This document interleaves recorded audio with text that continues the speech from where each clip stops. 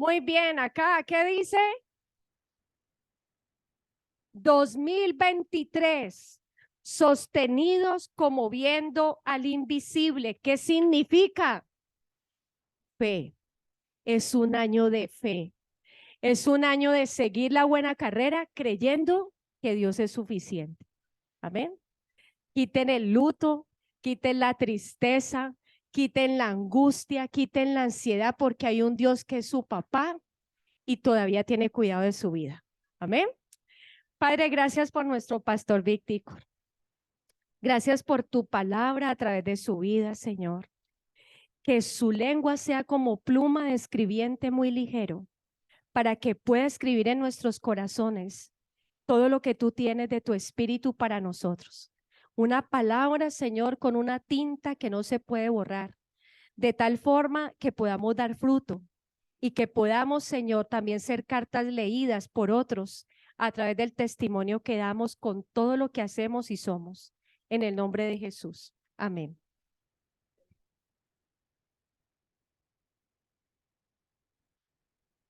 Buenos días, iglesia. Eh, Estamos un poquito como descuadrados hoy de agenda. Yo a veces pienso que Dios es el que organiza y desorganiza, ¿no? Porque la verdad es que pues, teníamos hoy como cruzado con el pastor Josué y yo tenía también, eh, pensaba compartirles un mensaje, pero cuando escucho todo lo que se ha hablado aquí, lo que hemos estado escuchando a los pastores, a Pastora Olga, yo digo, ya entendí, Señor, por qué querías que fuese esa palabra y tal vez no otra la que se diga hoy. Hoy vamos a tener un mensaje que a veces poco se predica en la iglesia y que tiene que ver también con lo que estamos viendo de primicias, porque las primicias tienen que ver básicamente con el fruto, ¿sí o no?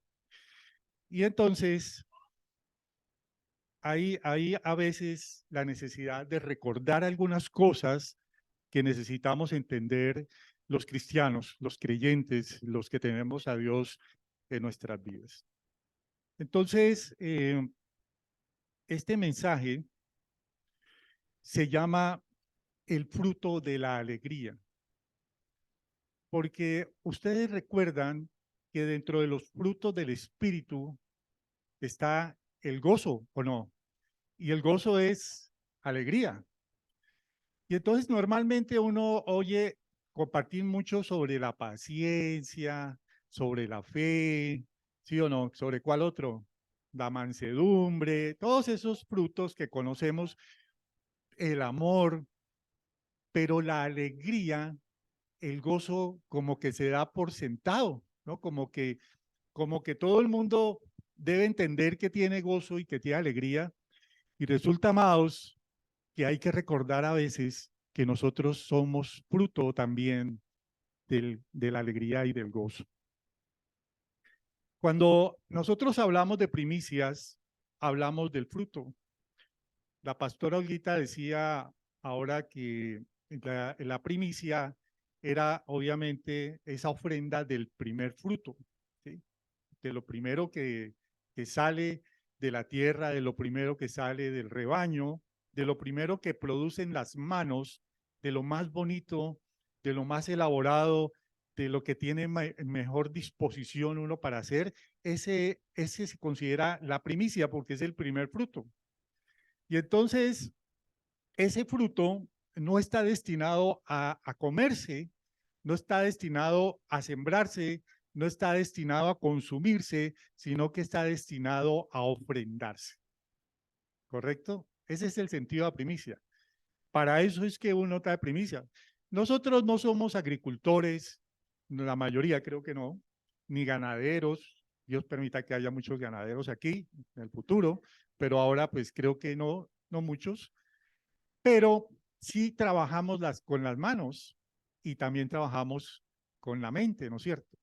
Y entonces nosotros a veces no producimos cosas porque somos trabajadores de servicio, o sea, servimos en alguna cosa, una profesión, en una empresa, en algo, y eso parece ser que no se materializa como si fuera una planta o un animal. Y entonces, ¿cómo interpreto yo ¿cuál es mi primicia? ¿Cuál es la primicia que yo debo entregar? ¿Cuál es la ofrenda que debo entregar? La mayoría dice, pues el sueldo, ¿no es cierto? O la quincena, o el primer pago que me hicieron en el año, o el primer dinero que llegó a la cuenta, o la plática que tengo en la billetera al momento de la entrega. Y uno, pues puede decir, sí, nosotros trabajamos y el pago de ese trabajo es el dinero, porque con eso es que compramos las cosas. Otros pensarán, digo, bueno, yo tengo un dinero y voy y compro, y lo primero que yo compro con ese dinero es mi primicia. Entonces voy al supermercado y digo, compro ese vino, un vino fino, mi primicia, o compro un queso, o compro una carne deliciosa, mi primicia. Eso está en el corazón de la persona. Aquí no tenemos una regla específica sobre eso. Pero lo que sí es muy claro es que la primicia, como decía la pastora, se da con el corazón. Y lo que se da con el corazón debe darse con alegría y con gozo. Si usted tiene que traer la primicia, ahí hay un error porque la palabra tener que ya implica que una obligación, ¿sí o no? Y cuando uno hace las cosas por obligación, como que pierde un poco el gozo. Uno las cosas que hace sin obligarse, sino que lo hace por decisión, por voluntad, como que las disfruta más que cuando le toca madrugar e ir a donde tiene que ir, ¿no es cierto? Pero nosotros en lo espiritual entendemos que las cosas que nosotros le llevamos, le traemos al Señor, son con gozo y con alegría.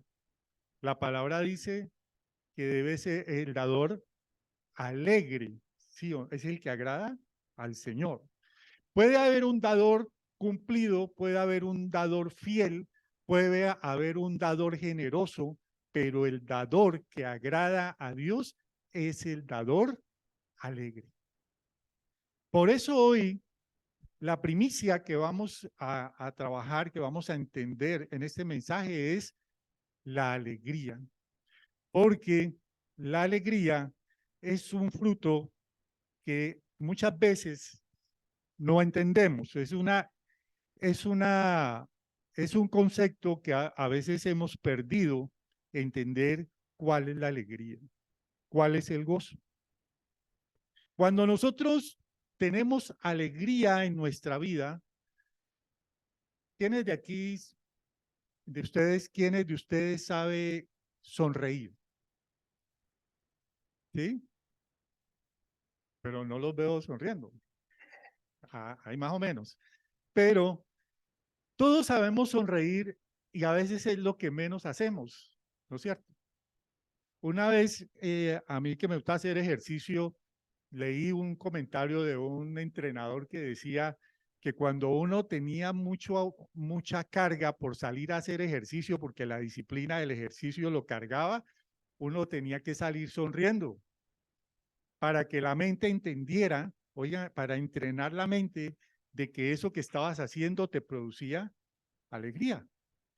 Y bueno, yo le digo, es bien difícil sonreír uno haciendo ejercicio porque siente uno como que se ahoga o como que no respira bien, pero es efectivo.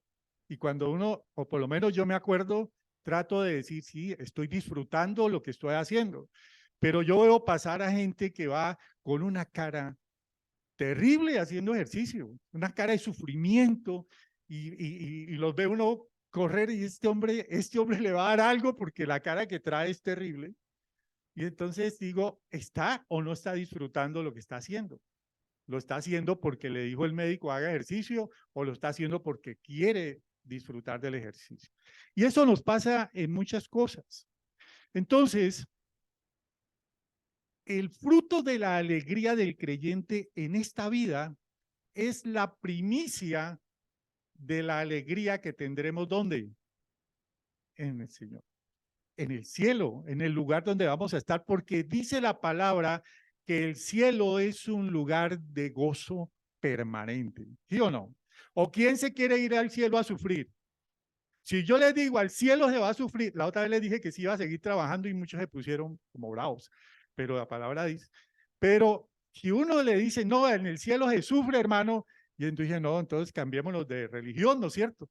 Porque yo lo que pienso dentro de las cosas que me imagino del cielo es que en el cielo hay gozo. ¿Y por qué habría gozo en el cielo? Asegurado. ¿Por qué? Porque estaría con mi Señor y con él la alegría está asegurada y es eterna. Entonces, si yo que creo acá en esta vida, en esta tierra, si yo creo en el cielo y yo creo en Dios, entonces, ¿cuál es mi primicia en esta tierra? La alegría. La alegría del que cree, la alegría del que tiene esperanza, la alegría del que tiene una promesa eterna. ¿Sí o no? Eso tiene como lógica o no me da como entender. Sí. Entonces, miren que incluso la palabra Edén, ¿qué es la palabra Edén? El jardín del Edén. Siempre mencionamos el jardín del Edén. ¿Dónde vivía Adán y Eva? En el jardín del Edén. ¿Sabe qué significa Edén? Deleite, gozo, alegría. Entonces, cuando ellos salieron expulsados del jardín del Edén, salieron expulsados ¿de dónde? Del lugar de la alegría y del gozo. Y entraron en tierra de tristeza y amargura. Eso es. Y eso es parte de lo que hemos perdido también con el pecado. Perdimos la alegría y el gozo que Dios nos había dado como seres creados por Él. Entonces, digamos que cuando uno vive su vida espiritual, su vida cristiana en gozo y alegría, entonces uno puede decir que espiritualmente está anticipándose a la alegría que tendrá con el Señor. Eso está claro. Pero la pregunta es entonces, y entonces, pastor, entonces uno tiene que vivir toda la vida alegre, todos los días alegre, todos los días contento, todos los días tiene que andar sonriendo o riéndose. ¿Eso es posible? Les pregunto. Me pregunto, porque cuando yo mira esta palabra, créame que esta palabra se la voy a dar de mi corazón, porque me ha tocado aferrarme a esto todo el año pasado. Cuando uno realmente vive en esta vida, los momentos de alegría cada vez son más pequeños. Y no importa que creamos o no creamos, lo que hay en el mundo es cada vez menos alegría auténtica. Lo que más se ve es alegría artificial, una alegría que nace de otras cosas, pero no del gozo del espíritu, no del gozo de la fe, no del gozo de la salvación. Y por eso, entonces, el tema es, ¿podemos vivir con alegría nuestra vida? ¿Ustedes qué creen? ¿Sí? ¿Es fácil? Pero sí se puede. Entonces le hacemos el deber de vivir con alegría. No sé, allí es donde está el punto que vamos a mirar hoy. Mire, cuando yo preparaba esta palabra, se la compartía en parte a mi familia hace unos días, yo recordaba dos cosas. La primera, una es que cuando yo entré a la iglesia hace varios años, cuando yo entré a la iglesia, a la primera iglesia cristiana a la que yo entré, a mí había algo que me causaba mucha impresión y era verle la cara a la gente de la iglesia. Cuando yo entraba a la iglesia, yo veía, como decir, personas como ustedes y yo veía a la gente sonriente. O sea, era cierto gozo, como cierta satisfacción de estar ahí, como ¿qué les digo? Como esa, sí, digamos, alegría general que se veía. Y a mí me impresionaba porque uno en el mundo solamente ve alegría en determinados momentos. En el fin de año la gente está alegre, ¿sí o no? En diciembre, pero en enero, ¿cómo están?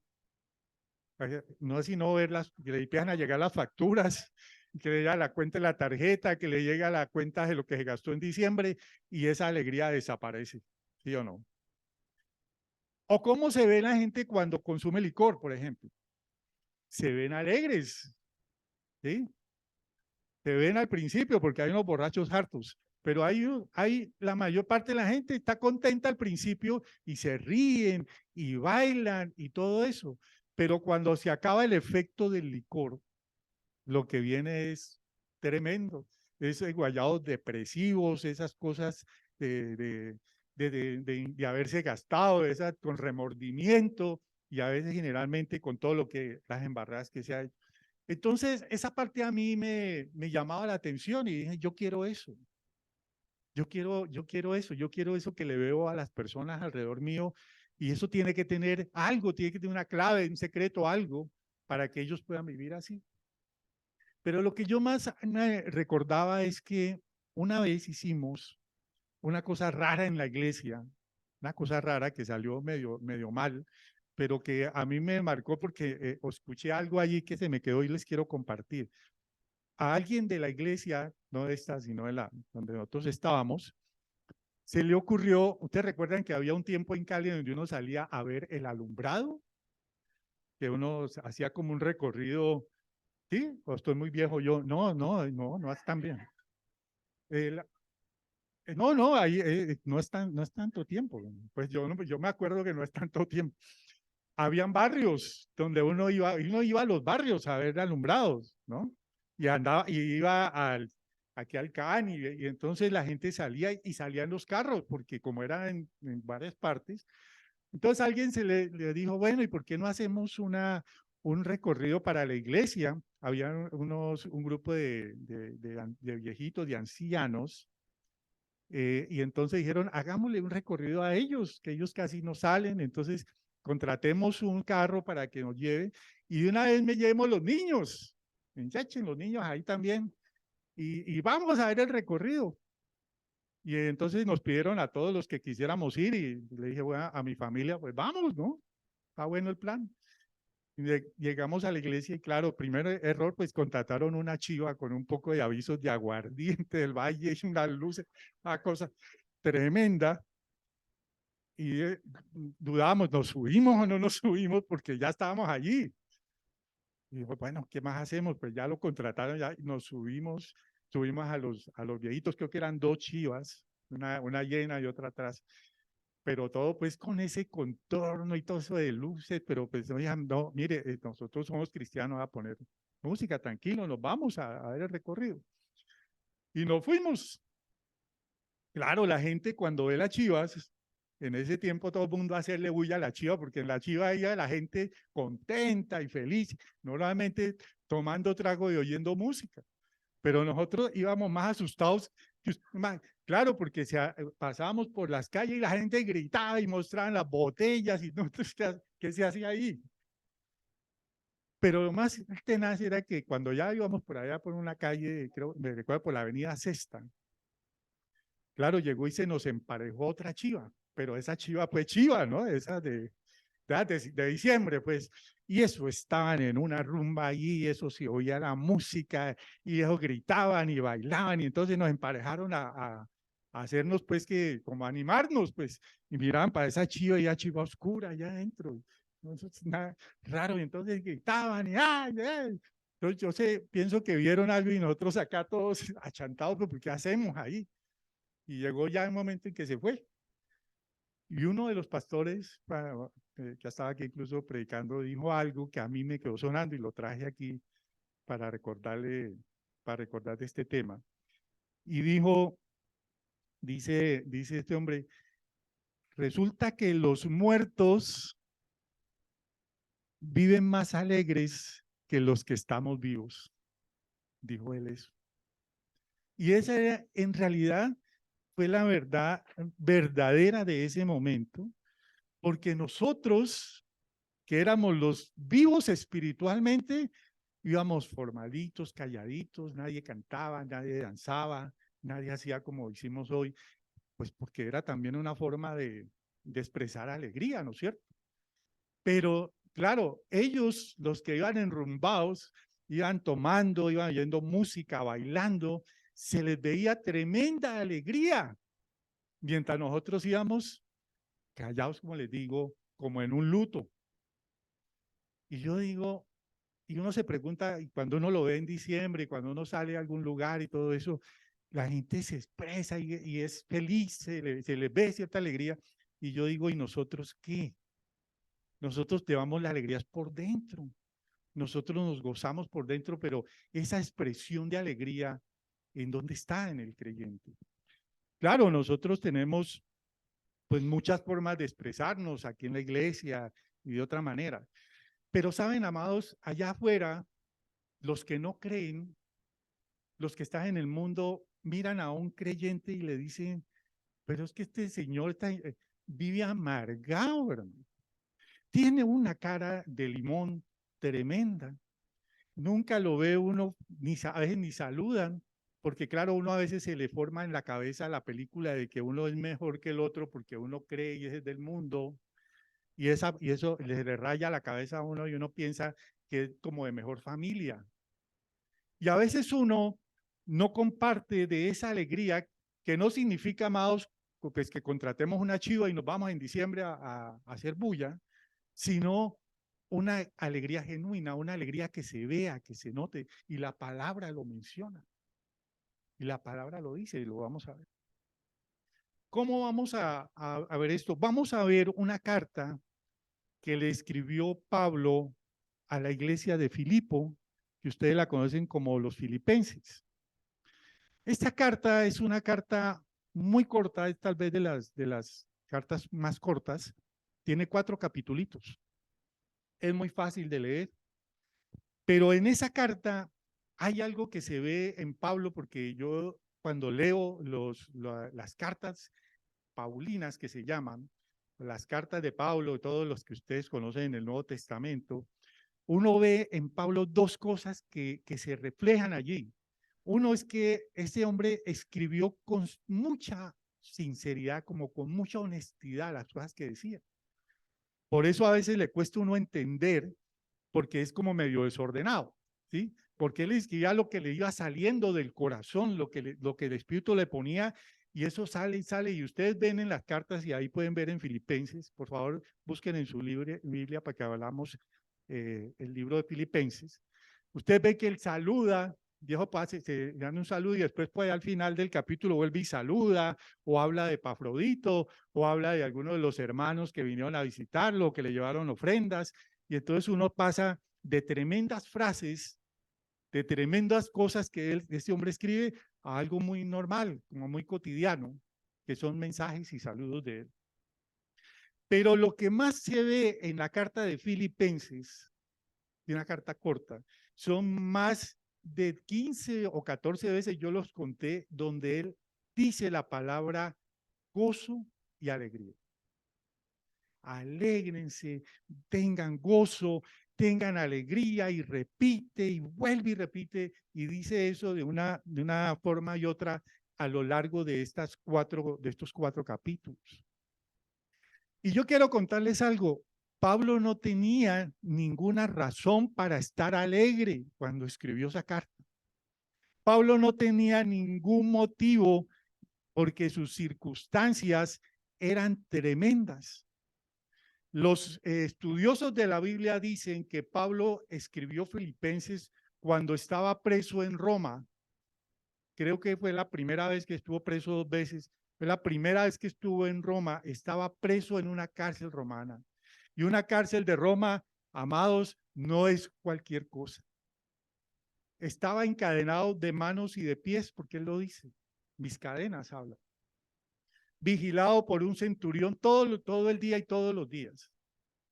Estaba ahí privado de muchas cosas, porque no era que le dieran pues alimentos todo el tiempo. Tenía que hacer sus necesidades en la misma celda del pretorio de la cárcel. Según los mismos historiadores dicen que ya era un hombre un poco anciano, porque en ese tiempo, 60 años o más, ya era una persona muy vieja, muy anciana, y se estaba quedando ciega. Así que probablemente la carta se la tuvo que dictar a alguien allá para que la mandara. Y entonces, cuando uno ve esto, además de eso, perdón, el que lo había metido preso era Nerón, emperador Nerón, creo que lo han oído mencionar alguna vez, el primer anticristo o el más conocido de los anticristos de la historia. Nerón era terrible. En el tiempo que estaba preso Pedro ya había empezado la persecución de los cristianos en Roma. Los perseguían, los torturaban, los asesinaban, les hacían oprobios de toda clase este hombre. La historia cuenta incluso que una noche de locura cogió a los que tenía presos y los colgó de los postes y los prendió vivos para que hubiera iluminación en toda Roma. Cristianos. Los tiraba a los leones y a las fieras en el circo, se los daba a los gladiadores para que ensayaran con ellos, fuera hombre, mujer, niño, anciano, y entonces los cogían a espada, a lanzas y ensayaban, los mataban y traiga otro. Eran desechables totalmente, eran tratados como inhumanos, como infrahumanos. Y en ese medio, Pablo escribe la carta de Filipenses, imagínense. ¿Qué razón tenía este hombre para estar alegre? Y sin embargo, los que estudiosos de la Biblia dicen que la carta de Filipenses es la más hermosa y la más alegre que él escribió. Y hoy vamos a ver, entonces, por qué Pablo estaba alegre, por qué le decía a sus hermanos de Filipo que estuvieran alegres y por qué 2000 años después nos dice a nosotros, estén alegres, tengan alegría, tengan gozo, tengan esperanza. ¿Por qué este hombre lo dice en medio de esas circunstancias? Porque no tendría razón de ser. Y entonces, si uno fuese Pablo y a uno le dieran la posibilidad de escribir una carta en las circunstancias que estoy mencionando o en unas peores, yo creo que uno tendría que una carta terrible, ¿no es cierto? Y escríbale una carta a su amigo o a su hermano o a su familia, usted que está aquí en la cárcel. Mire, yo como abogado estuve un tiempo que me dediqué mucho al derecho penal y si hay algo que era muy difícil era manejar la comunicación entre un preso y su familia. A uno le decía, a uno el preso le decía, por favor dígale a mi mamá o por favor dígale doctor a mi esposa o dígale a mi hijo que si no me saca de aquí yo me voy a morir. Y así se la ponen. Yo me voy a morir, miren, me está pasando esto, había enfermos, había gente deprimida, había gente incluso que la estaban abusando allá adentro, había gente que no tenía atención médica con enfermedades graves, había gente que era inocente porque uno sabía que era inocente y un inocente encerrado es una cosa espantosa. Además de que la cárcel en sí misma es deprimente. Y uno cuando entra a la cárcel huele a todo, a orines, a sudor, a, a estiércol, huele a encierro, huele a desesperación. Yo vi muchas escenas donde vi familias, la esposa, el niño allá afuera esperando el cadáver del papá, lo han matado allá adentro. Eso desgarra, amados. Y entonces yo decía cuando leía la carta de Pablo, dice, y escribir este hombre con todo eso, porque las cartas que ellos le mandaban a la familia era, sáqueme de aquí, me estoy muriendo, estoy desesperado, consiga plata, pague abogados, lo que sea. Uno no transmite alegría, uno transmite que desesperación, angustia, preocupación. Entonces, Pablo escribe esta carta y cuando uno analiza quién era Pablo, uno entiende dos cosas. La primera es, Pablo era un fariseo, él mismo lo dice ahí, era un judío fariseo, y los judíos fariseos tenían una educación muy exclusiva. Conocía el arameo, conocía el mismo griego, conocían el latín vulgar, pero además eran expertos en filosofía griega, porque en ese tiempo había mucha influencia de Roma sobre ellos y entonces los romanos eran chiflados por los griegos. Para ellos los griegos eran lo máximo y entonces la filosofía griega había entrado mucho a Israel y a Jerusalén y este hombre era un experto en eso. Y como experto él conocía la filosofía, ya conocido de Sócrates y todo eso. Entonces, cuando uno entiende la mente de Pablo, uno entiende que este hombre tenía una formación en su cabeza, que lo llevaba a ser muy reflexivo. Miren, Sócrates es el maestro griego. Ustedes han oído hablar de Sócrates, supongo.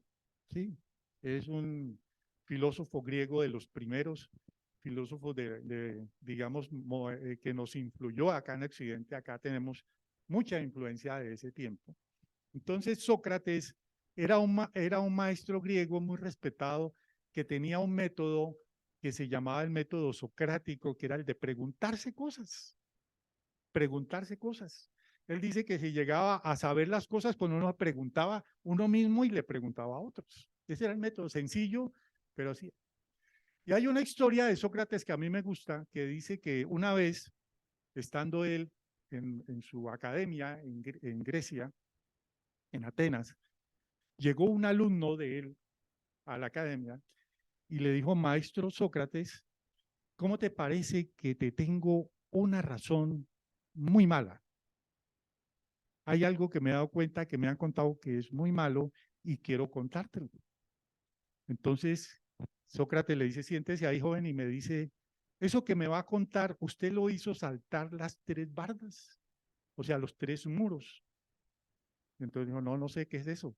Dijo: antes de que me cuente, vamos a ver si usted ya le hizo saltar a lo que me va a contar las 3 bardas, los 3 muros. El primer muro es el muro de la verdad. Le pregunto, ¿eso que usted me va a contar le consta? ¿Usted lo vio? O sea, ¿usted puede ser testigo de eso? Y yo digo: no, no, al contrario, eso me lo contó un vecino. Entonces, bueno.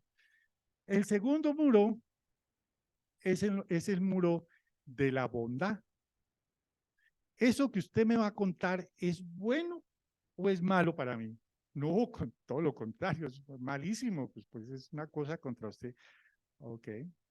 Y lo segundo es, el tercer muro es la necesidad. Eso que usted me va a contar, ¿yo necesito saberlo o no? Dijo: pues no. Entonces digo, en ese caso, dejémoslo en secreto y mandémoslo al olvido. Le contestó él. Y muchas veces, cuando uno está en estos tiempos que vivimos, recibiendo tanta información, uno debería aplicar esto, ¿no es cierto? Estas reglas, porque a uno le llegan muchas cosas que no son ni verdad, ni son buenas, ni son necesarias de saber, amados. Uno muchas veces vive preocupado por vainas que no le importan. Se oye preocupado por la vida de gente en redes sociales que usted en la vida sabe quién es ese. Y entra en el debate y entra en la pelea y hasta se enojan. ¿Sí o no? Y lo peor, a veces no es ni siquiera verdad. Y lo ponen a pelear a uno 8 días y resulta que a los 8 días dice: ah, esa era una noticia falsa. Y uno se siente un pendejo, perdónenme la expresión, habiéndole puesto atención a eso. Y nos hemos acostumbrado a eso, a vivir acelerados con todas estas cosas. Además de que no es ni siquiera necesario, a veces no tiene importancia, amados. Y le damos mucho tiempo de nuestro día a esas cosas que pasan. Pero bueno, no hemos venido a hablar de Sócrates. Pablo le dice, Pablo era un hombre muy reflexivo. En 2 Corintios 13:5, no lo busquen, ustedes lo deben conocer, dice: examínate a ti mismo, examinémonos permanente, pasémonos un escáner, cómo estamos, y eso significa estémonos averiguando. Entonces, ¿cómo podemos establecer por qué Pablo estaba tan contento en medio de esas circunstancias? ¿Qué podemos aprender de Pablo hoy para tener el fruto en nosotros de la alegría como una primicia frente a Dios de ese tema? Y entonces parece que la clave de Pablo era en su mente. No en las circunstancias, porque las circunstancias eran ¿qué? Terribles, pero algo pasaba en el interior de este hombre que lo mantenía fuerte en medio de esa cárcel. Miren, cuando nosotros, hablando de las preguntas, cuando nosotros tenemos imposibilidad de controlar las circunstancias, nosotros lo que podemos controlar son los pensamientos. ¿A qué le dedicamos nuestra mente? Ahí tenemos un poquito de control. Y entonces el tema es que cuando uno tiene control, uno puede hacerse preguntas como las que se hacía a Sócrates, pero preguntas buenas, preguntas que nos ayuden a entender la realidad y que nos ayuden a entender lo que nos está pasando. Porque cuando nosotros no nos preguntamos cosas, entonces nos invaden estos pensamientos, nos invaden estas ideas, estas informaciones y nos vuelve la vida terrible. Nos llena de preocupación, de ansiedad, de angustia, de estrés. Y eso es porque cuando uno se hace preguntas que son necesarias en la vida de uno, uno puede sacar buenas conclusiones, uno se vuelve una persona reflexiva, no impulsiva. Para la gente, hoy hay que decirle, por favor, piense un poquito. ¿Usted no viste que cuando uno quiere que alguien como que pare el acelere, le dice, por favor, piense un poquito? Antes de contestarle a su esposa o a su esposo con 3 piedras, piense un poquito qué le va a decir, ¿o no? Y uno lo piensa, oh, qué carajo, llega y pregunta y dice lo que quiera, pero debería pensarlo, sí. Antes de contestarle a su mamá o a su papá, piense un poquito. ¿Piensa? No piensa. Y le sale antes de contestarle a fulano, antes de escribir ese correo, antes de mandarle ese WhatsApp, piense un poquito porque en caliente le manda cualquier bobada. ¿Sí o no? Y se arma un conflicto porque usted no tuvo un minuto de reflexión y de pensamiento. Y entonces lo que vamos a ver es que Pablo le dice, oiga, piense antes de pasar a eso. ¿Y saben por qué les hablo de preguntas, amados? Miren ahí en su Biblia, en Génesis capítulo 3, versículo 1. ¿Quién tiene Biblia por ahí? Génesis 3:1, ¿qué dice?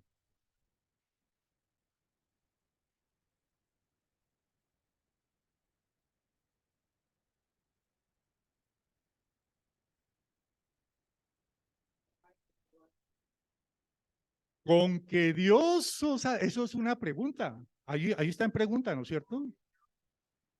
Sí. Con que Dios les ha dicho que no coman, eso no es una afirmación, ¿eso es qué es? Una pregunta.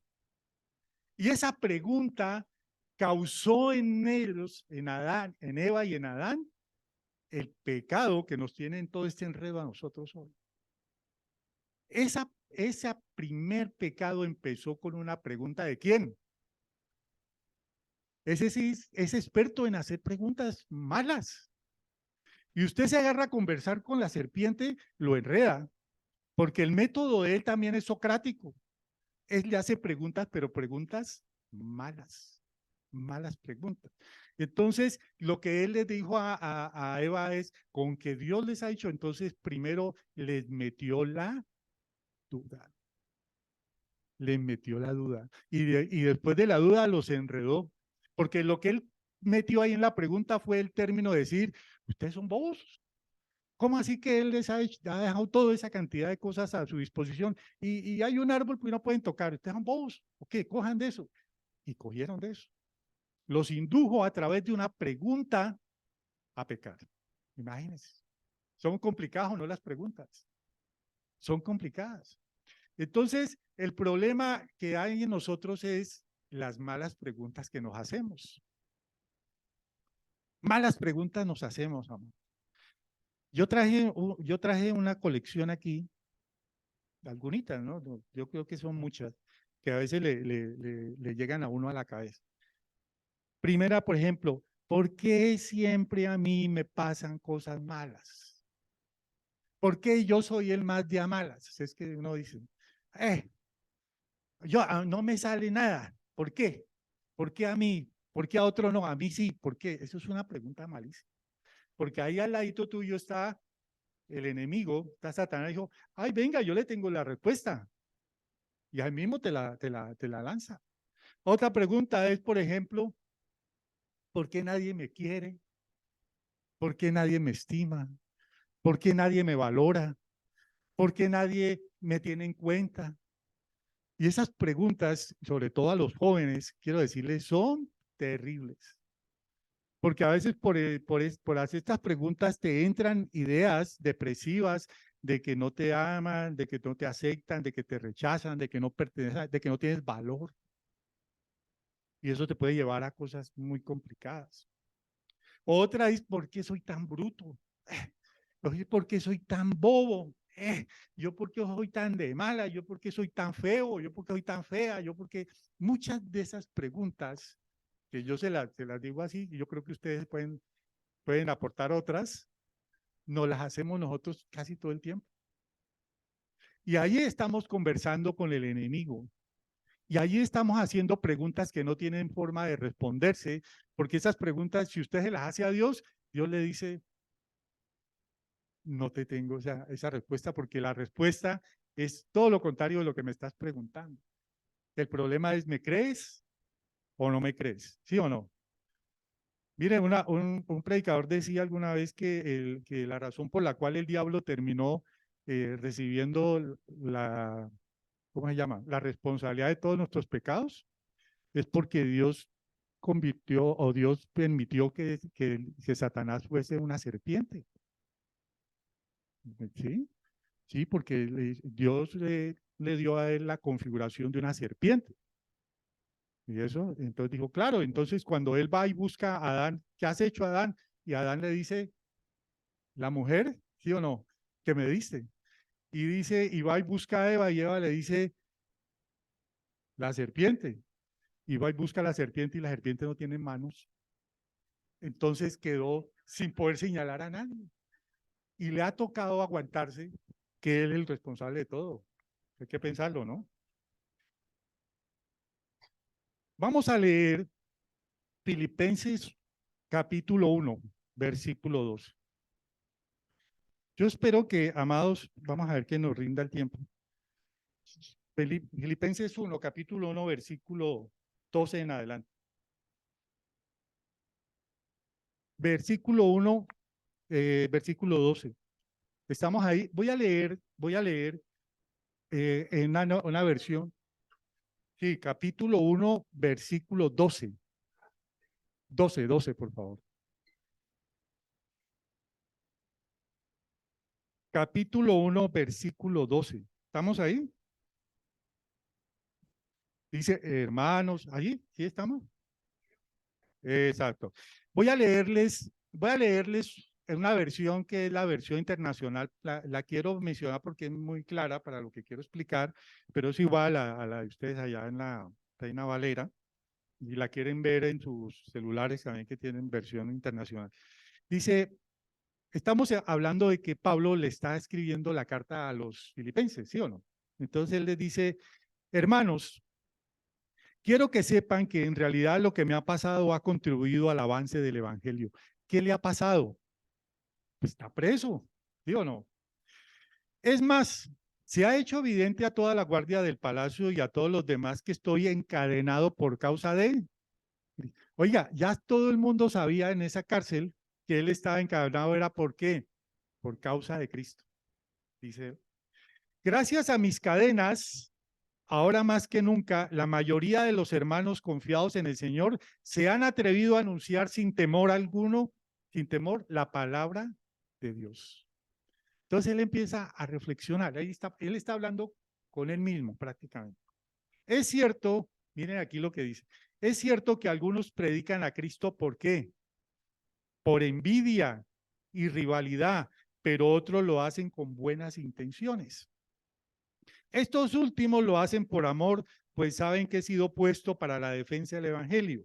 Y aquellos, es decir, esos que predican por envidia y por otra razón, dice, aquellos predican a Cristo por ambición personal y no por motivos puros, creyendo que así van a aumentar las angustias que sufro en mi prisión. Uno lee a Pablo hasta aquí, vamos a parar ahí un momentico y dice, aquí es como cuando uno se le está yendo la cabeza, ¿sí? Porque él aquí está empezando a quejarse, ¿sí o no? Él está allí preso y eso que él está diciendo, él no lo sabe porque a él se lo contaron. Alguien le contó que allá había gente predicando, aprovechando que estaba preso, moviéndole la silla en la iglesia de Filipos porque se le querían quedar con la iglesia. Y entonces él recibe la noticia en la cárcel en donde no puede hacer absolutamente nada. Y entonces este hombre preso allá, en medio de todas sus afugias y todo lo que vivía, y empieza a escribir aquí con el corazón y dice, estoy recibiendo muy malas noticias. Así, aparte de que estoy aquí bien fregado, aparte de eso me estoy dando cuenta que hay gente que está predicando por envidia, está predicando de mala forma, y está predicando por interés propio, seguramente tratando de perjudicarme a mí para quitarme de la iglesia. Y eso para él debe haber sido un motivo de angustia, ¿sí o no? Era su obra, amados. Pablo se metió a todas estas ciudades que eran romanas, muchas paganas, a tratar de predicar el evangelio y a crear discípulos. Y eso era muy difícil en ese tiempo. Y los que ya había armado se los estaban quitando. Y entonces él recibe esa noticia y claro, aquí no siente que la mente se le está yendo a la queja, ¿sí? Se le está yendo al reclamo. Pero mire cómo cambia con una pregunta. Y si ustedes leen las cartas de Pablo, siempre van a encontrar por ahí preguntas. Dice, ¿pero qué importa? ¿Sí? ¿Qué dicen ustedes? ¿Qué fue? ¿Qué importa? ¿Sí ven? ¿Qué importa? Ahí ya le dice a saltar la valla de qué? De la importancia, ¿no? Porque él también ya tenía su método. Dice, al fin y al cabo, y sea como sea, con motivos falsos o con sinceridad, se predica a Cristo. Al fin y al cabo se está haciendo lo que Dios quiere que se haga. ¿Sí o no? Por eso que me gozo, por eso me alegro. Es más, ¿qué dice? Seguiré alegrándome, seguiré teniendo gozo, porque sé que gracias a las oraciones de ustedes y a la ayuda que me da el Espíritu de Jesucristo, todo esto resultará en mi liberación. Allí se levanta él de la revolcada que se está metiendo y a través de una pregunta que se hace él mismo se levanta y vuelve a entender que lo que tiene que proteger es su gozo, su paz y su alegría. ¿Ustedes lo están entendiendo? Yo lo entiendo así. Es muy claro. Y dice, mi ardiente anhelo y esperanza es que en nada seré avergonzado, sino que con toda libertad, ya sea que yo viva o muera, ahora como siempre, Cristo estará exaltado en mi cuerpo, porque para mí vivir es Cristo y morir es ganancia. No tiene pierde, no tiene pierde. ¿Está pasando las duras en las maduras? Sí. ¿Le están llegando malas noticias? Sí. Pero cuando él reflexiona, dice, al final lo que se está haciendo es el propósito de Dios en mi vida y en la vida de ustedes. Y después de que se está haciendo el propósito de Dios, ya sea en vida o en muerte, no importa, se va a cumplir. Es sencillo de entender, pero lo dice él bajo la idea de que está luchando con su mente para no entrar en la depresión y en la angustia que le causa esa situación. Entonces, uno ve aquí que Pablo mete la rienda. Esto es un caballo desbocado, la mente es un caballo desbocado muchas veces, amados. Es tremendo. Los hindúes dicen que la mente es la loca de la casa. Y la loca de la casa, usted está sentado recibiendo visita y sale la loca. ¿Y usted, qué pasó aquí? Y se corre la casa y le tumba los muebles y le espanta la visita. Y agarra a esa loca. Así es la mente.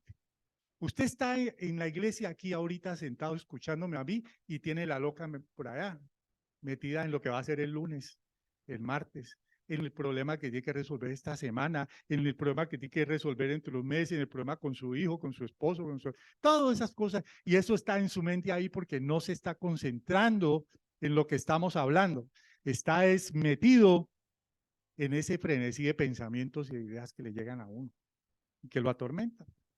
Entonces, uno puede ver que Pablo se hace estas preguntas ahí. Las pueden ver ahí en lo que hemos leído.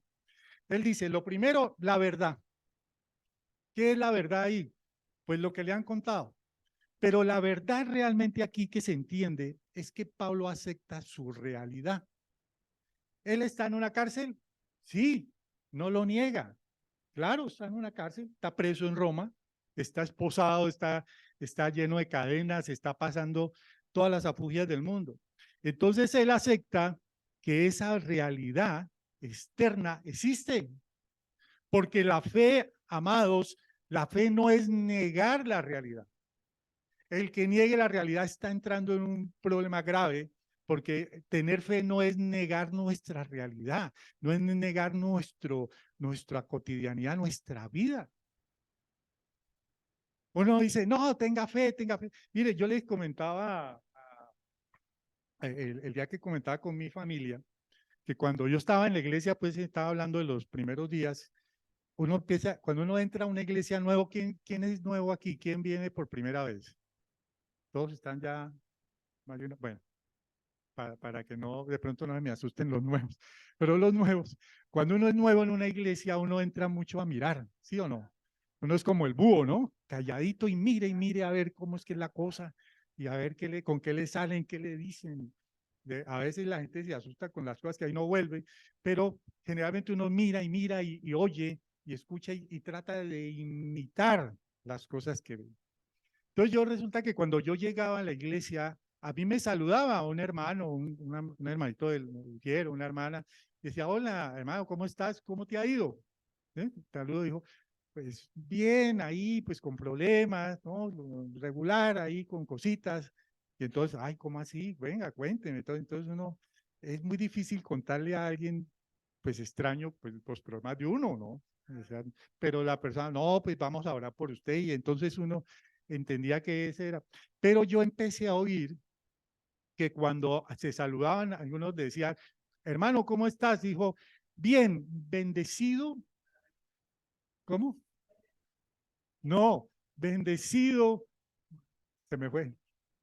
No, aquí, pues, se fue. Prosperado, bendecido y en victoria. Ah, esa era. ¿Cómo está? Prosperado, bendecido y en victoria, sí, tres. Entonces, ¿quién le pregunto? No, ¿cómo lo? Pues ni le pregunto cómo le está yendo feliz. Este hombre tiene una vida tremenda, bendecido, prosperado y en victoria. No, no.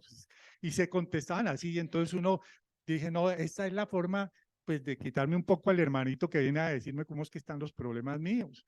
Entonces yo empecé también yo bendecido, prosperado y en victoria. Para nada, ni bendecido, ni prosperado, ni en victoria, revolcado, pero para bien la iglesia, para los de la iglesia, yo estaba bendecido, prosperado y en victoria. Y eso hace muchas veces que uno entre en un tema de negación de la realidad. Porque puede que lo diga como como un estribillo, como una muletilla, como usted quiera, pero en realidad usted le está diciendo a su mente que usted está así cuando la mente le dice mentiroso, bobo, pues no está ni una cosa ni lo otro. ¿Para qué decís esas cosas? Y entonces se carga uno de qué? De culpa. Y se vuelve uno un hipócrita. Se vuelve uno un falso. Porque uno llega acá, claro, uno aquí todos estamos esto es un hospital, amados. Esto es una clínica, esto es una sala de urgencia muchas veces. Aquí todo el mundo ha llegado, o bueno, la mayoría, con heridas, con problemas graves, con situaciones complicadas. Normalmente aquí uno lo que más comparte son problemas. Y entonces esos problemas de alguna manera tienen que ser sanados porque la sanidad que uno busca está en lo espiritual.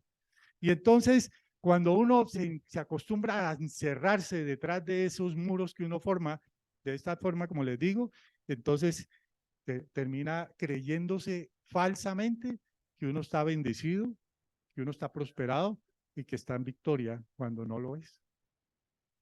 Pero Pablo dice, no, no, ni bendecido, ni prosperado, ni en victoria. Yo estoy aquí encerrado y estoy aquí amenazado de mi ministerio y tengo malas noticias y probablemente enfermo y medio ciego y todo lo que le di viejo y Nerón dando lora, entonces no es un buen momento para mí.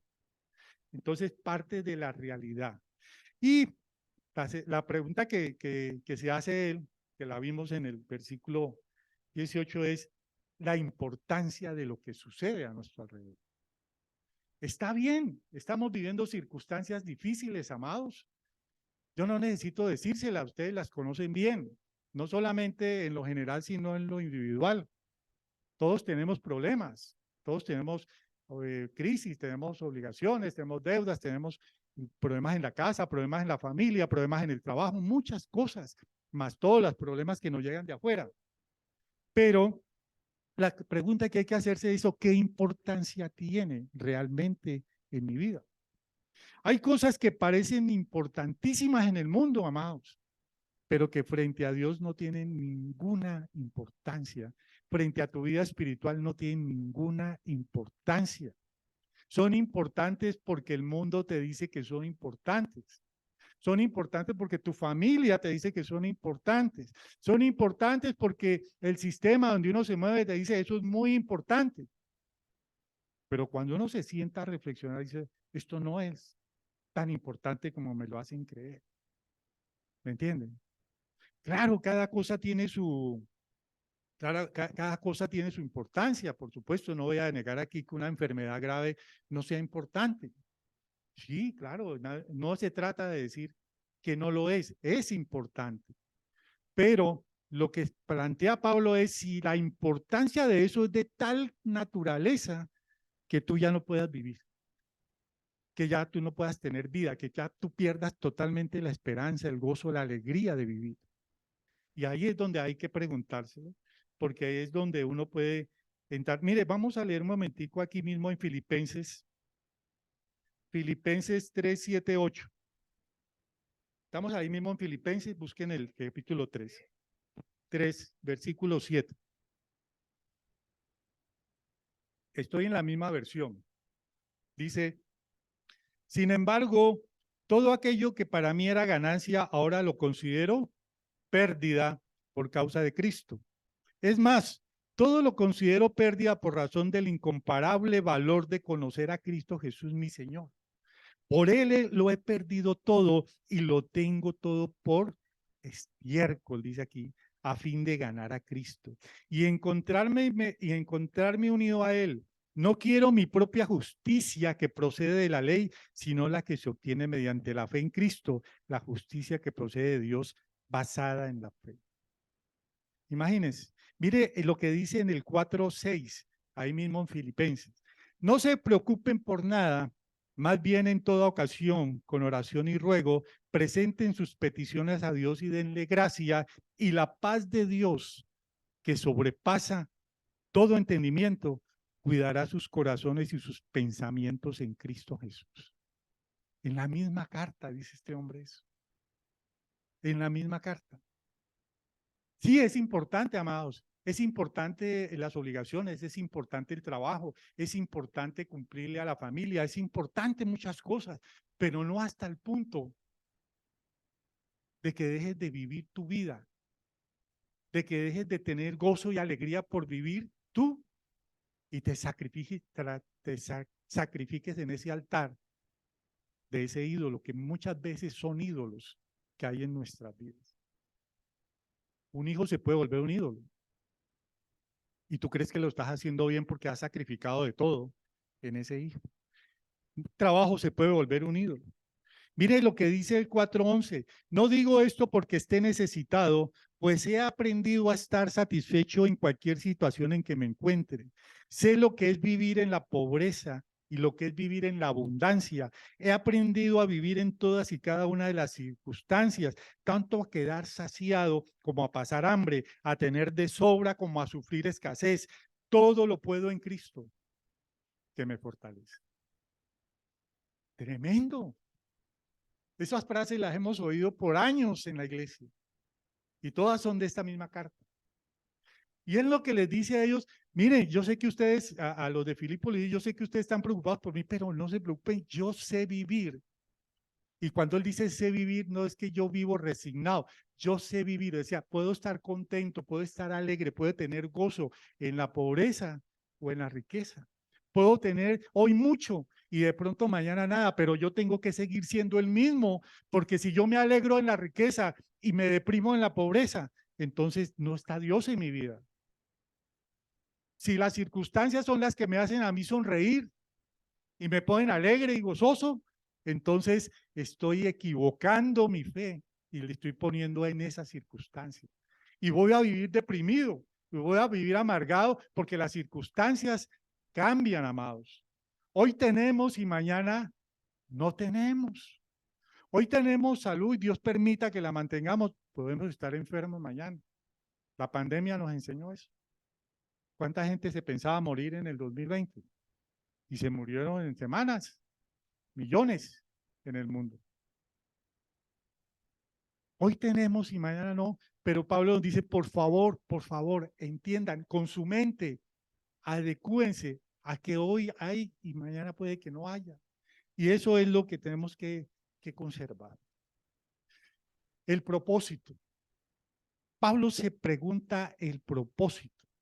Pablo se plantea el propósito de las cosas que le pasan, el sentido, el significado de las circunstancias que vivimos. Muchos problemas que tenemos, amados, están allí porque hay un propósito detrás de eso. Yo sé que no es fácil entender eso, porque uno no ve el propósito porque la misma preocupación no se lo deja ver. Pero Pablo lo descubre. Mire, Pablo dice esto. Vamos a Filipenses, estamos en Filipenses, ¿no? Vamos a Filipenses 1:22. Vamos a leer Filipenses 1:22. Dice aquí, estoy en la misma versión, amados, porque les suena raro allá. Ahora bien, si seguir viviendo en este cuerpo representa para mí un trabajo fructífero, ¿qué escogeré? Eso es otra pregunta, ¿sí o no? ¿Hay una pregunta en su Biblia? ¿Qué escogeré? Es una pregunta. No sé entonces qué escoger, pero eso es una pregunta que él se hace. ¿Qué escojo? No sé entonces, no lo sé, dice él. Sí, oye, no lo sé. Me siento presionado por dos posibilidades. Deseo partir con el Señor, o sea, deseo partir y estar con Cristo, que es muchísimo mejor, pero por el bien de ustedes es preferible que yo permanezca en este cuerpo. Convencido de esto, sé que permaneceré y continuaré con todos ustedes para contribuir a su jubiloso avance de la fe.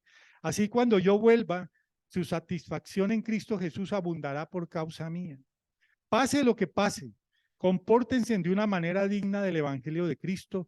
De este modo, ya sea que vaya a verlos o que estando ausente solo tenga noticias de ustedes, sabré que siguen firmes en un mismo propósito, luchando unánimes por la fe del Evangelio.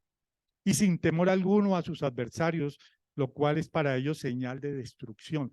Ojo lo que dice Pablo aquí. Ojo lo que dice Pablo aquí. Dice, cuando uno no le tiene temor al adversario, cuando uno vive en gozo y alegría, el adversario pierde totalmente el poder que tiene sobre uno. Una iglesia que está en gozo es una iglesia a la que Satanás no tiene nada que hacerle. No hay manera de entrarle a esa iglesia. Porque a ustedes se les ha concedido no solo creer en Cristo, sino también sufrir por Él, pues sostienen la misma lucha que antes me vieron sostener y que ahora saben que sigo sosteniendo. Ahí hay un propósito. Él dice, yo me puedo morir y es ganancia y me voy con el Señor y listo. Pero Él me puso sobre esta tierra. Y si Él me puso sobre esta tierra es para continuar con ustedes en la lucha. Y ahí estaré. Miren, pero les voy a hablar de esto que es importante.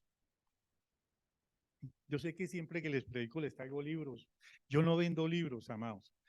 Lo que pasa es que leo mucho. O sea, me gusta leer, este es mi chicle. Y muchas cosas que yo leo, el Señor me las pone como en la fila del propósito de estos mensajes.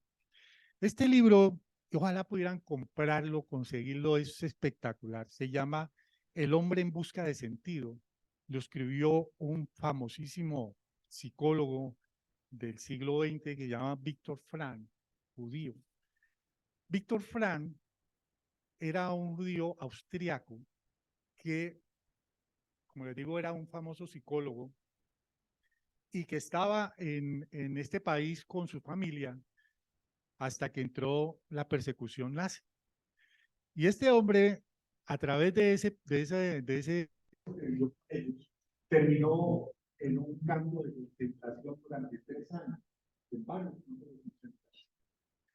Y entonces, este hombre vio como, por ejemplo, su esposa, que era muy joven, tenía 20 o 22 años, estaba embarazada, fue apresada por los nazis, se la llevaron para un campo de concentración y nunca más la volvió a ver. De hecho, un amigo muchos años después le contó que él había muerto en un campo de concentración militar donde él estuvo, y él nunca lo supo.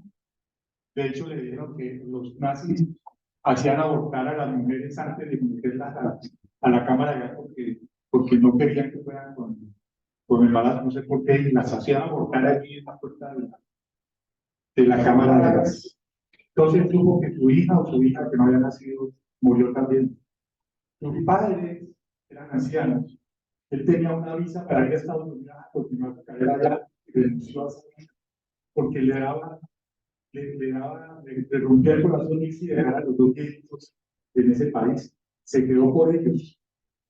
A ellos también lo llevaron a un campo de concentración y murieron. El hermano de él, su esposa y sus dos hijas también fueron apresados, lo llevaron a un campo de concentración y murieron. La única que se salvó fue una hermana, que logró irse para Oscar. Y este hombre entra a este campo de concentración con todo esto. Y ve unos horrores, no muy grandes, no muy largos, pero describe, porque es como testigo, qué pasa. Ve la degradación, ve cómo se convierte prácticamente en esqueletos, ve cómo mueren de hambre, cómo mueren de explotación, cómo se van decayendo, cómo van muriendo todos los que están al lado. Y él empieza a hablarles, porque como él es un psicólogo, es un terapeuta, a tratar de levantarlos, pero dice, por ejemplo, trataba de parar de los suicidios, que ellos se tiraban contra las cercas eléctricas, que perdían eso antes de seguir, que todos les hablan a los suicidas antes de que le hagan la necesidad, porque pues ya que no había forma de matarlos, los dejaban de tenerlos. Pero dice, unos entendían, otros no. Y finalmente, él dice algo que le voy a decir casi muy rápidamente. Dice algo que es lo que yo quiero decir. Dice, el prisionero que perdía la fe en su futuro, estaba condenado. con la quiebra de la esperanza faltaba así mismo la fuerza de las ideas espirituales. Se abandonaba y decaía y se convertía y mentalmente. Y él después de ver todos estos horrores, él sobrevivió. después, no sé, varios años después, esto tiene más de 40, 50 millones de ejemplares. Para el que quiera entender lo que puede vivir, lo que se puede superar en una situación de esa. Entonces, él escribió este libro bajo la idea de, aún en el sufrimiento, aún en la angustia, aún en peores que un ser humano puede vivir, si ese ser humano no pierde la esperanza, si ese ser humano no pierde el propósito que tiene en la vida, puede sobrevivir a lo que sea. Dice que él vio sobrevivir a muchos y de los que decaían, terminaban muertos en cosas de minutos. Dice, ellos bajaban la guardia, se tiraban al piso y llegaba el nazi y les metía el tiro en la cabeza. De una, sin darles ninguna otra oportunidad. Ellos decían que había unos que les decían musulmanes, porque llegaban y se caían al suelo, se tendían como los musulmanes cuando oran, y eran cadáveres prácticamente, porque ya inmediatamente los mataban o los tiraban vivos a las fosas comunes. Entonces, lo que nos dice Pablo es que cuando nosotros tenemos un propósito en la vida, cuando nosotros tenemos una razón para vivir, no podemos sucumbir a lo que la mente nos dice por las circunstancias que vivimos. Miren, yo hablaba con mi esposa que le contaba estas historias y yo le decía, ¿y las historias de cada uno de nosotros qué?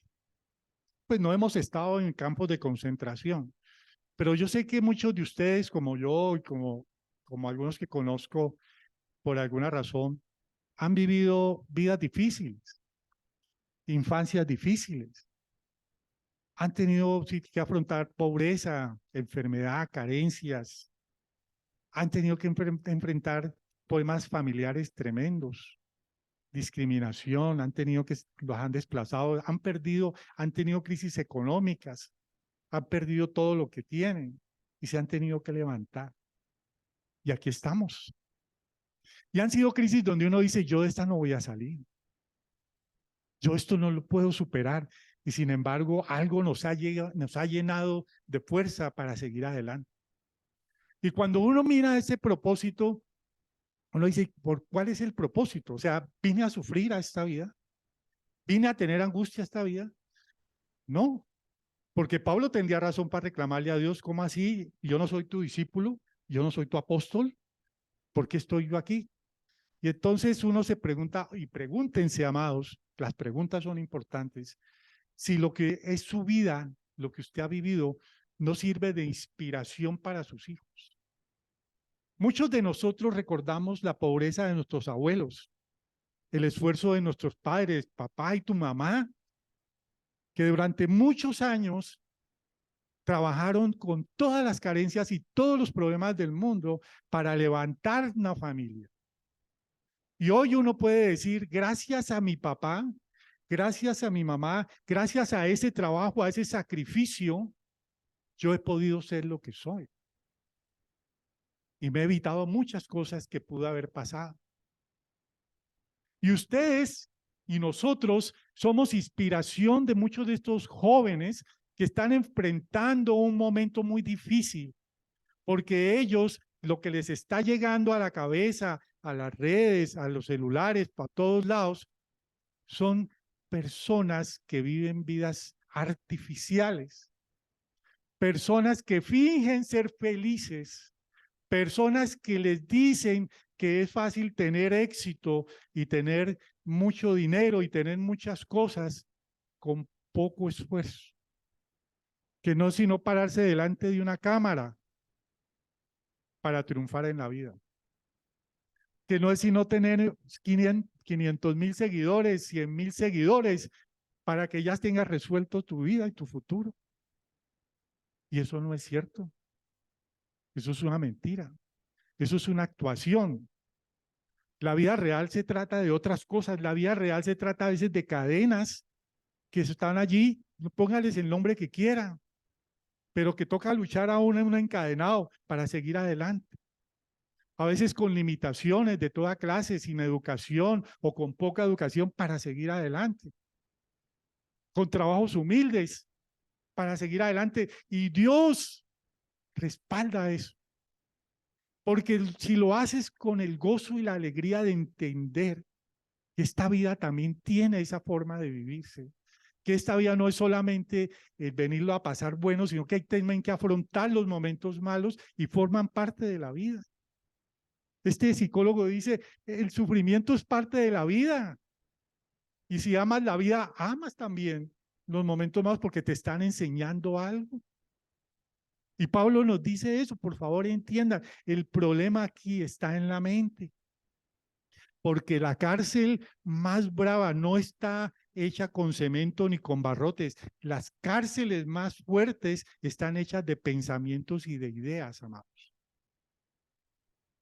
Usted es una persona libre en lo físico y puede estar totalmente esclavizado en su mente a una persona, a un trabajo, a un jefe, a una profesión y no disfruta nada de lo que tiene.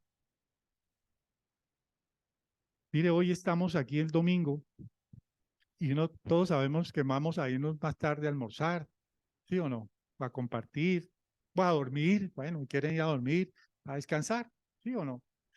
Y estos momentos a veces se pasan tan rápido, amados, porque ya toca en la otra semana trabajar y ya viene el y todo, pero uno pasa por los momentos que tiene que disfrutar también muy rápido, porque el pensamiento no te deja disfrutar el momento, la mente te saca del momento y te eleva. Hay gente que se sienta a almorzar y no sabe ni qué está almorzando y está comiendo porque la mente está trabajando en otra cosa. Está pendiente del celular o de los mensajes y entonces esto hace que tu mente no disfrute, no te permita disfrutar del momento. Y entonces aquí viene el segundo libro que les voy a vender. A ver si lo... Este libro se llama Dopamina lo consiguen aquí en la Nacional, si quieren, en muchos lados, está de moda, incluso. Lo compré por curiosidad, pero me tiene encantado, porque me han ayudado a entender cosas espirituales. Y este hombre dice que en el cerebro nosotros tenemos unas sustancias que se llaman neurotransmisores, que son los que nos permiten, digamos, experimentar la vida. Es con lo que experimentamos en la mente. El cuerpo se somete a estas cosas. Entonces hay unas neurotransmisores, dice él, unas sustancias que él llama las sustancias del aquí y del ahora. Es decir, dice, esas hacen que tu cerebro se concentre en este momento. Entonces te sientas, por ejemplo, como les digo, a almorzar. Te sientas a almorzar y saboreas lo que almuerzas, disfrutas, no sé, el sancochito que vayan a comer y todo eso, y uno lo pasa y lo degusta, y además está con su familia, y uno está hablando, y uno está feliz porque está con ellos y está viviendo el aquí y el ahora, ¿sí o no? Y eso te trata de disfrutar esos momentos. Pero hay una sustancia también en la mente que trabaja, interactúa con otra que se llama dopamina. Y la dopamina dice que es la sustancia del deseo, la sustancia del futuro, la sustancia de las otras cosas, las que no son del de aquí y de ahora, las cosas abstractas, ¿sí? Y entonces dice que cuando uno está almorzando y estás disfrutando, llega y se te mete una carga de dopamina a la mente, al cerebro, y te saca del momento y te llega la primera idea. El lunes tengo esa reunión de las 2 de la tarde con esa persona y se te fue la mente, te saca del aquí y de la ahora y te proyecta a un futuro que no existe porque no ha llegado y te deja imposibilitado porque te anula las otras neurotransmisores y quedas bloqueado. Y entonces tu expresión cambia. Ya dejas de estar alegre, gozoso, tranquilo, en paz y te pones. Y eso es algo de aquí y es parte de la creación como Dios nos diseñó. Es parte, porque esa misma sustancia es la que nos permite superarnos, planear el futuro, proyectarnos. Esa misma sustancia. Pero es la misma sustancia que domina a los drogadictos, a los adictos. Este hombre dice que por qué unas personas no se cansan de ganar plata y de ganar plata y que no viven y no disfrutan y viven enfermos, porque la dopamina les dice que tienen que más, más. Cuando ganan, no les activa el aquí y el ahora, no disfrutan de eso que ganaron, sino que están pensando cómo ganar más. Y eso es muchas cosas que están pasando en nosotros. Y entonces ya para finalizar, ¿cómo nos dice Pablo que tenemos que combatir eso? Y entonces, claro, lo encontramos aquí en lo mismo, en la misma carta de Filipenses. Él dice, vamos a ver si lo tengo aquí anotado. Aquí dice, alégrense, dice él nuevamente, estamos capítulo 4, versículo 4. Alégrense siempre en el Señor, dice Pablo. Y más dice, insisto, alégrense. Que su amabilidad sea evidente a todos, el Señor está cerca. Y él, ¿qué es lo que nos dice allí? ¿Cómo dicen la de ustedes, la Reina Valera? En el 4:5. ¿Cómo dice?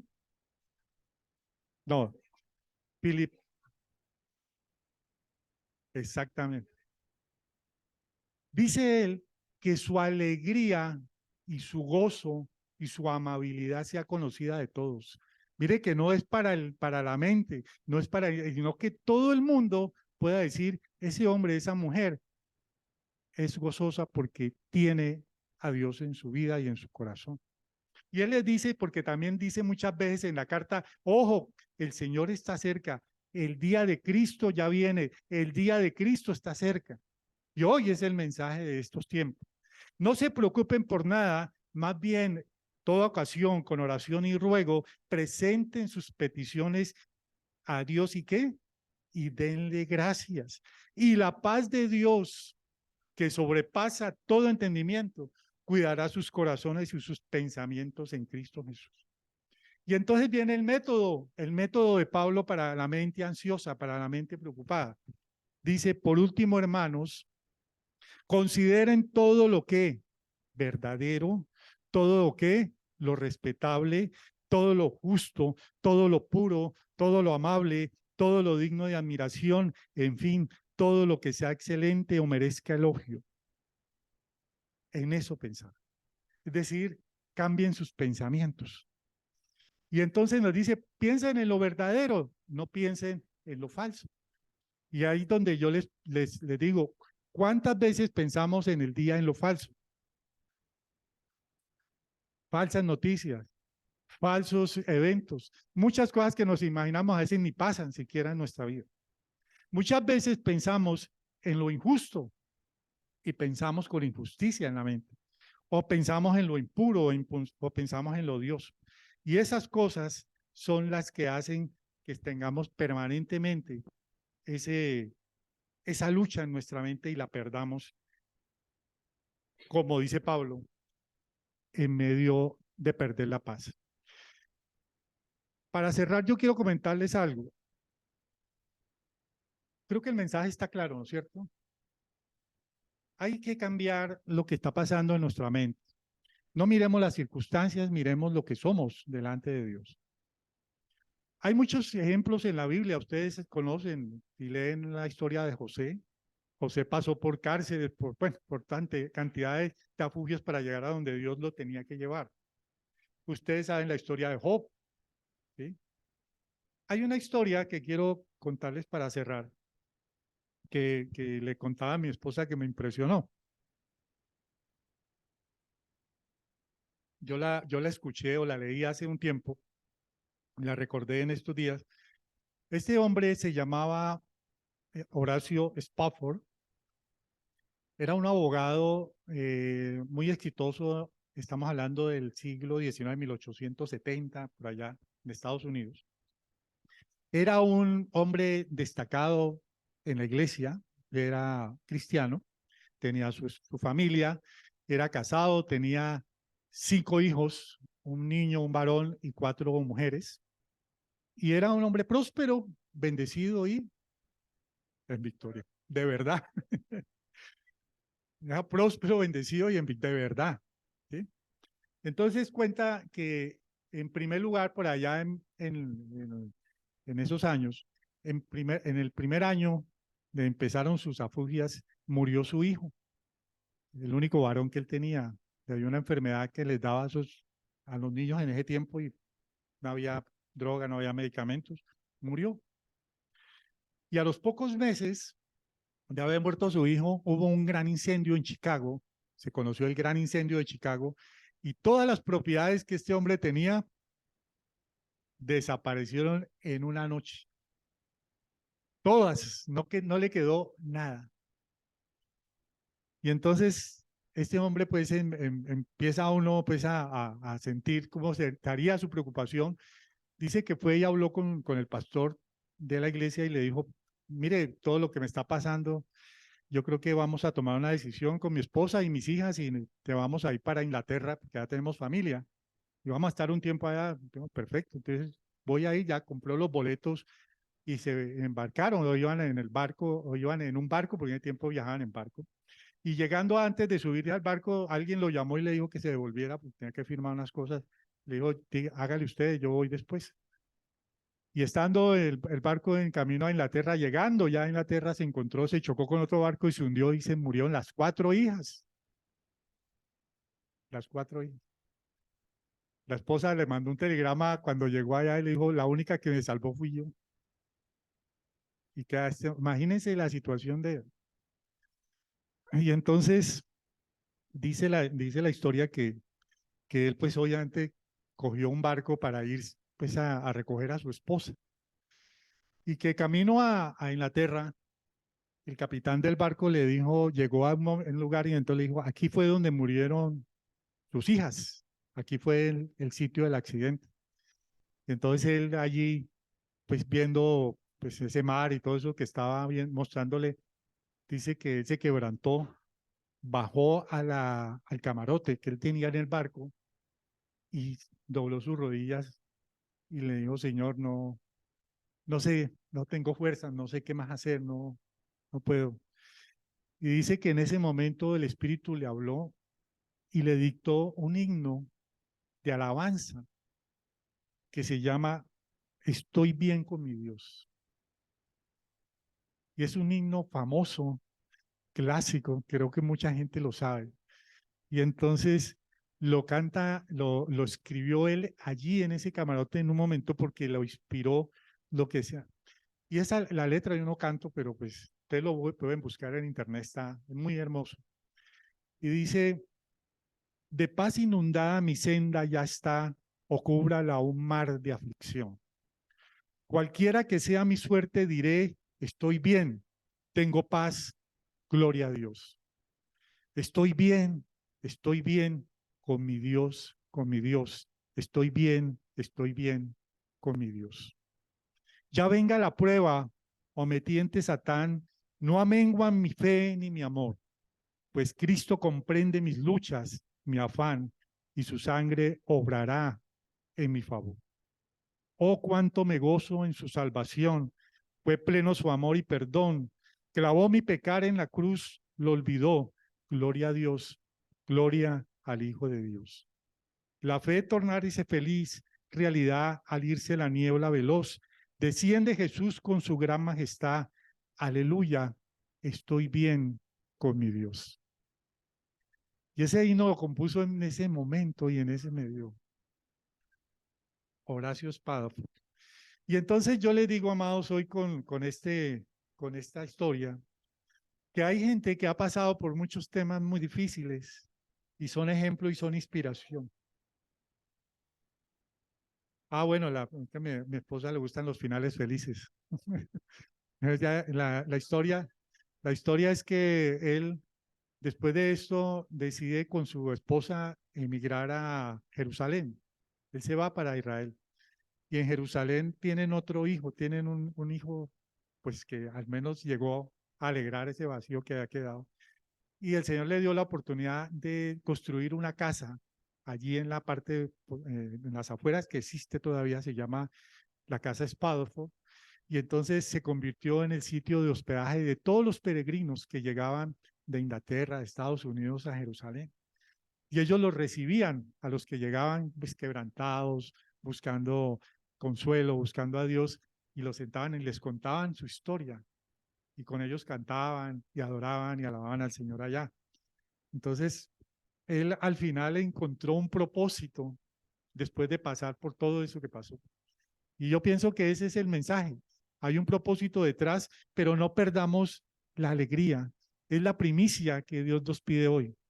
Tengamos gozo, tengamos alegría, pero no la del mundo, no la de las circunstancias. Pensemos que hoy tenemos un buen día. Hoy estamos bien con mi Dios, como dice Él. Disfrutemos el día de hoy. Piensen en lo que van a hacer y gócenlo. Disfrútenlo porque Dios se los está dando, porque Dios nos ha dado vida, salud, la provisión, la familia. Piensen, dice Pablo, en lo bueno, piensen en sus hijos, que es bueno. Piensen en su trabajo, si es justo. Piensen en cosas amables en su vida. Y no salgámonos de todos esos pensamientos tenebrosos que nos infunde el mundo. Y así podemos mantenernos a flote, porque si no vamos a sucumbir frente a lo que estamos viviendo. Vamos a orar, amados.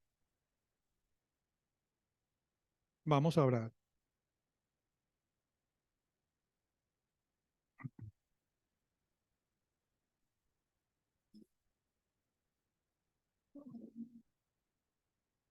Aquí es donde uno le gustaría saber cantar, ¿no? Porque la verdad es que a mí me llena de gozo saber que, a mí me llena de gozo saber que yo puedo tener alegría en medio de todos los problemas que yo puedo tener, o que puedo tener en mi casa, mi familia, o en mi trabajo, en lo que sea. Y a mí me gustaría que ustedes tuvieran también, como Pablo les decía a ellos, alégrense, alégrense, tengan gozo.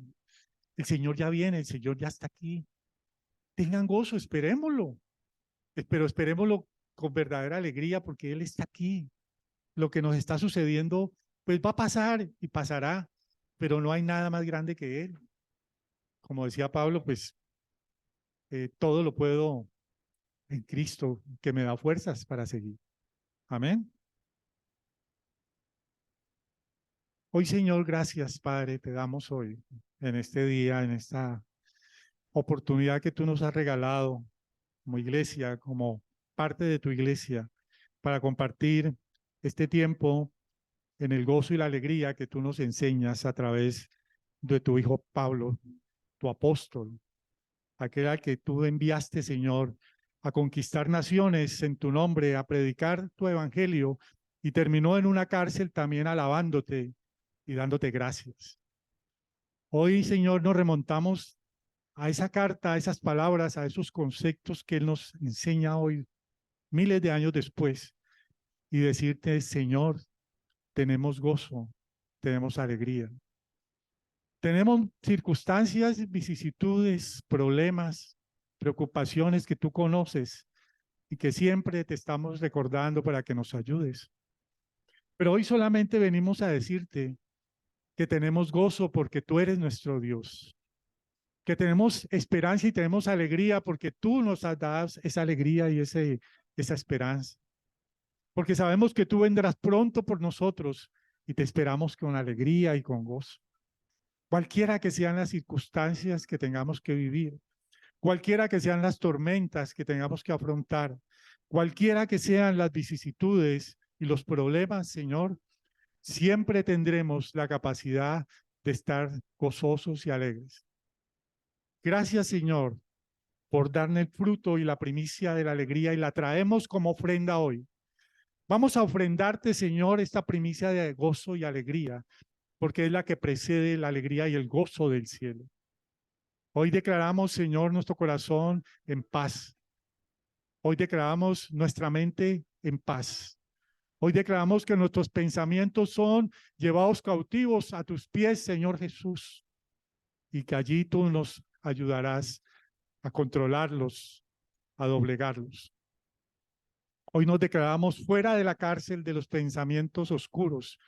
Hoy nos declaramos libres del pesimismo. Hoy nos declaramos libres de la amargura y de la tristeza.